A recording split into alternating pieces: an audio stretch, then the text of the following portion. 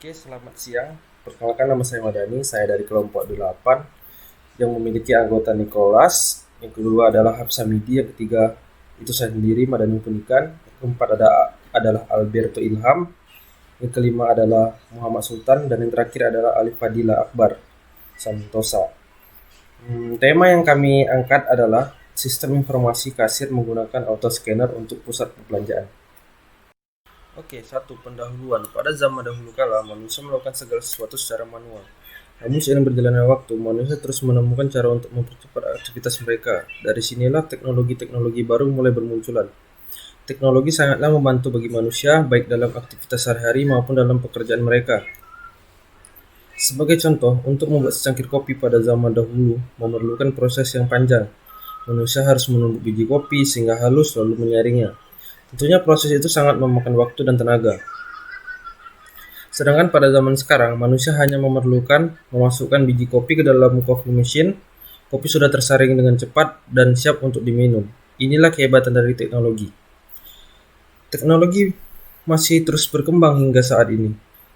Salah satu teknologi yang paling dikenal saat ini adalah teknologi digital. Hampir semua hal dalam kehidupan manusia sehari-hari memerlukan teknologi digital. Bahkan hal sekecil seperti bangun tidur memerlukan teknologi digital sebagai alat bantu. Ini menyebabkan sebuah perubahan besar berskala global yang dinamakan revolusi industri 4.0, di mana semua industri sudah menggunakan teknologi serba digital. Mereka yang tidak menggunakan teknologi digital sudah dipastikan akan ketinggalan dan kalah saing. Meskipun perubahan sudah jelas terlihat, masih ada masyarakat di luar sana yang tidak menggunakan teknologi digital.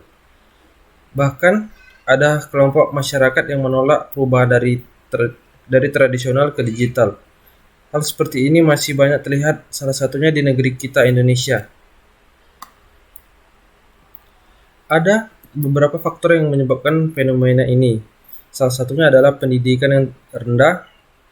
Teknologi digital akan sulit digunakan oleh rakyat yang berpendidikan rendah karena teknologi digital memerlukan intelektual yang lumayan tinggi untuk dipelajari dan digunakan. Pendidikan yang rendah secara tidak langsung menyebabkan penurunan dalam ekonomi. Ekonomi yang rendah juga menjadi faktor lain seorang tidak menggunakan teknologi digital, alat-alat digital seperti smartphone atau laptop.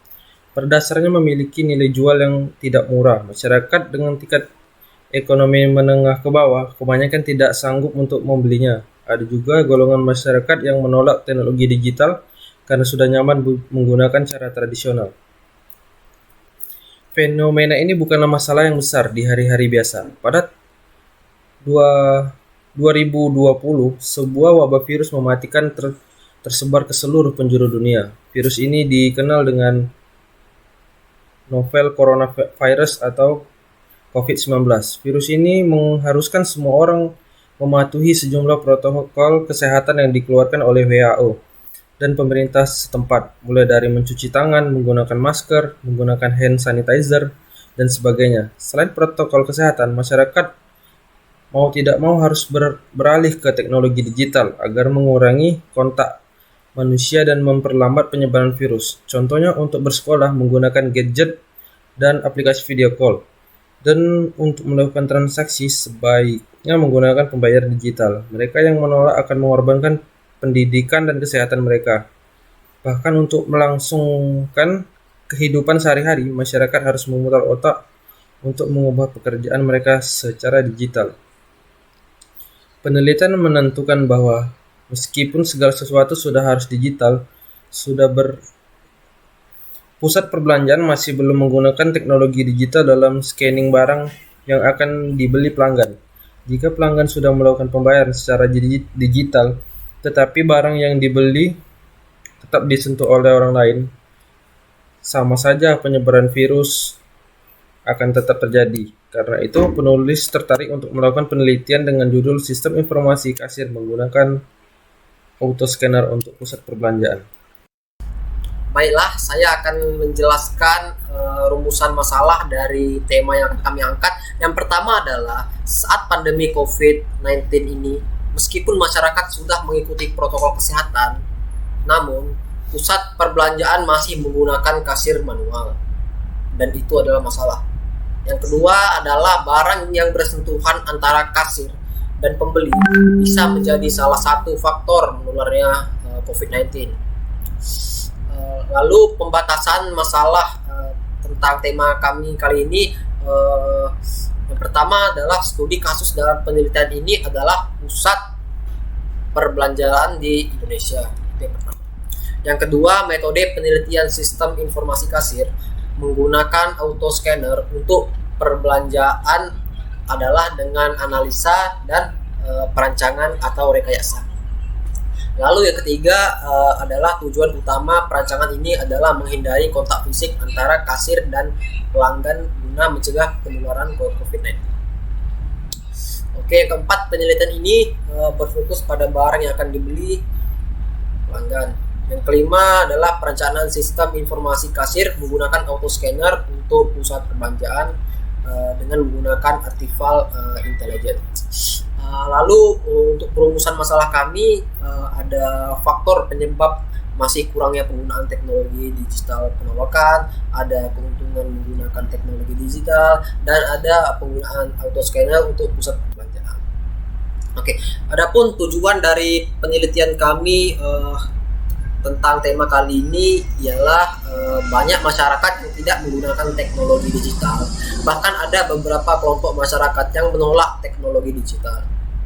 Yang kedua ialah seiring perkembangannya waktu, teknologi yang dibuat dan diperbarui untuk mempermudah pekerjaan dan mempermudah aktivitas kita sebagai manusia. Oke, manfaat dari penelitian ini secara teoritis mengedukasi masyarakat mengenai pentingnya teknologi. Ada juga untuk mengedukasi masyarakat mengenai penggunaan teknologi diperlukan guna mencegah penularan COVID-19. Secara praktis, bagi peneliti sebagai sarana yang tepat untuk menyampaikan sebuah konsep mengenai sistem informasi kasir, dan bagi pengusaha sebagai bahan referensi untuk mengimplementasikan penelitian ini guna mencegah penularan COVID-19. Lalu yang terakhir, bagi akademik, hasil perancangan ini sangat bermanfaat bagi tambahan literatur terkait dengan perancangan sistem informasi kasir berbasis artificial intelligence atau AI. Oke, terima kasih. Baik, saya akan menjelaskan tentang bab 3, yaitu analisis pembahasan dan implementasi. Setelah melihat cara kerja sistem yang lama, kami peneliti mencoba untuk membuat sebuah konsep sistem transaksi kasir yang baru, yaitu menggunakan auto scanner, agar pelanggan dapat bertransaksi tanpa membuat barang belanjaan tersentuh oleh tangan kasir, hanya tersentuh oleh tangan sendiri. Konsep dari penulis adalah menggunakan auto scanner untuk melakukan transaksi di pusat perbelanjaan. Barang-barang yang akan dibeli pelanggan itu tinggal dimasukkan ke dalam mesin, lalu dideteksi oleh sejumlah light barrier. Lalu sensor akan mendeteksi barang-barang yang masuk dan mengirimkan sinyal ke kontrol untuk mengaktifkan sinar X. Sinar X akan menembus barang-barang yang berada di dalam mesin sebagai proses pemeriksaan atau scanning. Lalu barang-barang yang berada di dalam terowongan X-ray akan membentuk sebuah sinyal gambar dan diterima oleh detektor. Nah, setelah ini mesin akan tahu barang-barang apa saja yang terkena scan oleh mesin. Setelah barang-barang di-scan, mesin akan secara otomatis melakukan totaling terhadap barang-barang yang telah di-scan menggunakan teknologi artificial intelligence atau AI. Berikut adalah flowchart dari sistem yang baru.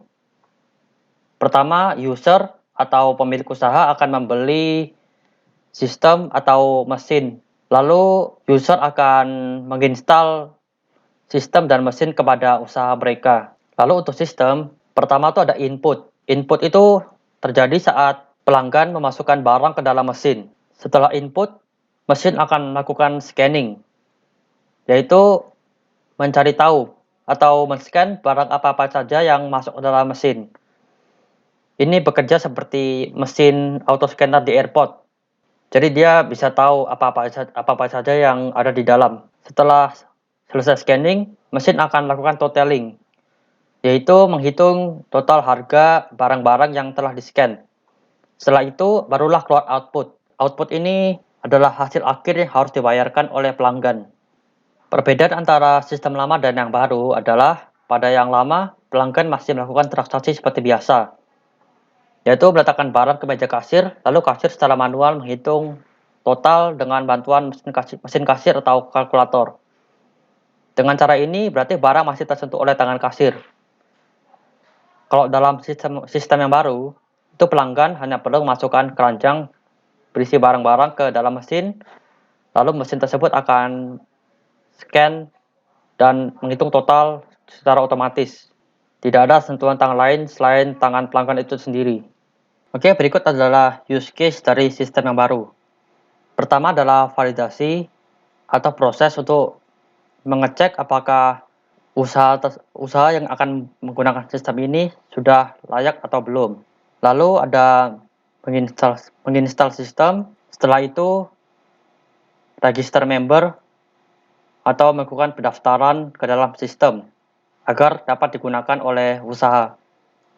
Setelah register, user dapat menginput kategori barang. Kalau sudah diinput, lalu ada barang baru masuk, bisa diupdate, lalu bisa input stok barang, dan juga kalau stok berubah bisa diupdate. Setelah itu, input harga kategori yang telah dimasukkan. Jika harga harus mengalami perubahan, bisa diupdate, bisa dirubah. Setelah itu ada scanning, yaitu proses scanning barang apa-apa saja yang masuk dalam mesin. Lalu ada totaling, yaitu proses menghitung total barang yang masuk dalam mesin. Lalu finalizing, atau menampilkan hasil final harga yang harus dibayarkan oleh pelanggan. Lalu yang terakhir, dia bisa mengelola laporan penjualan. Jadi dia dapat menampilkan data laporan penjualan produk dalam periode waktu tertentu. Kesimpulan, setelah melakukan hasil perancangan dari sistem informasi kasir autoscanner untuk pusat perbelanjaan, dapat diambil kesimpulan bahwa 1. Sistem informasi kasir autoscanner tunjukkan untuk dapat menggantikan kasir manual yang terdapat pada pusat perbelanjaan. Kedua, dengan menggunakan sistem kasir autoscanner mempermudahkan pembeli dalam melakukan transaksi tanpa berinteraksi agar terhindar dari COVID-19 pada pusat perbelanjaan.